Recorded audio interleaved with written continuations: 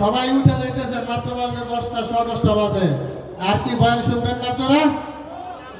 আমাদের মাদ্রাসার মুহতামিম মুফতি সালমান ফার্সি সাহেব অগ্নি জরা বয়ান না শুনেই যাবেন কি আপনারা?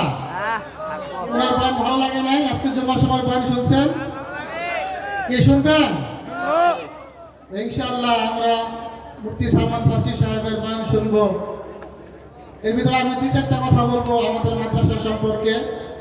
আমাদের মাদ্রাসার ছাত্ররা যে সমস্ত প্রদর্শনী দেখাইছে, আপনাদের ভালো লাগেনি? কার কার ভালো লাগছে? ইনশাআল্লাহ আপনারা চান না আপনাদের সন্তানরাও এরকম হোক? অবশ্যই। আপনাদের সন্তানদেরকে আমাদের মাদ্রাসায় দিবেন।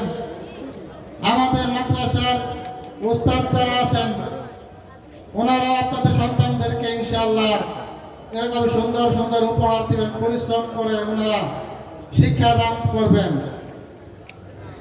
ফিলিস্তিনের একটি প্রদর্শন আপনারা দেখছেন, আমাদের সালমান ফার্সি সাহেব বলছেন এটা ভিডিও করতে না করছেন, তার কারণ কি জানেন?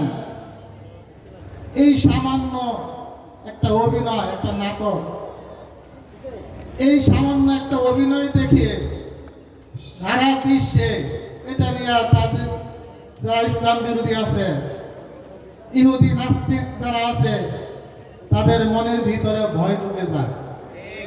এগুলা নিয়ে তাদের বিভিন্ন ধরনের বিশ্লেষণ করে।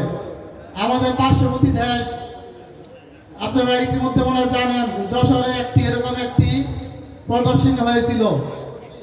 সেই প্রদর্শনী নিয়ে বলতেছে যে বাংলাদেশে জঙ্গিদের প্রকাশ্যে ট্রেনিং দেওয়া হয়।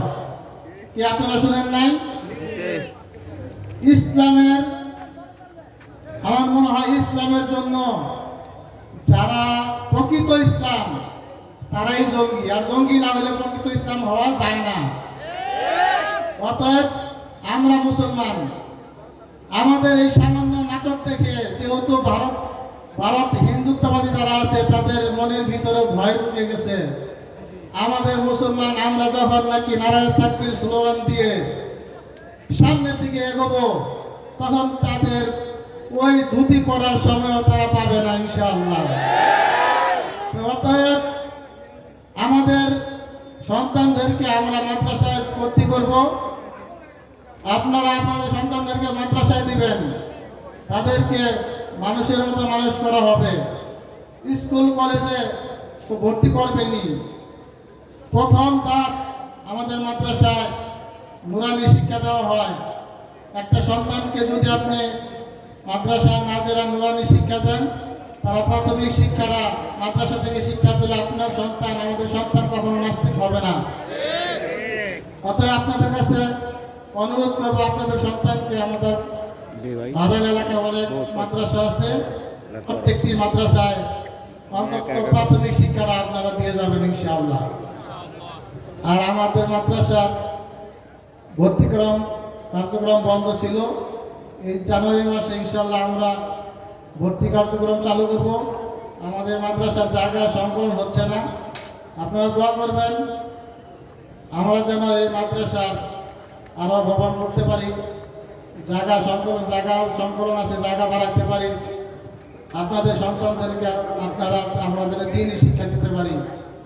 আর আমার ইচ্ছা, আমার মানে মনের চিন্তা ভাবনা, আল্লাহর রহমতে জায়গা সম্পদ যা কিছু আছে এই দিনের জন্য করে দেবো ইনশাআল্লাহ।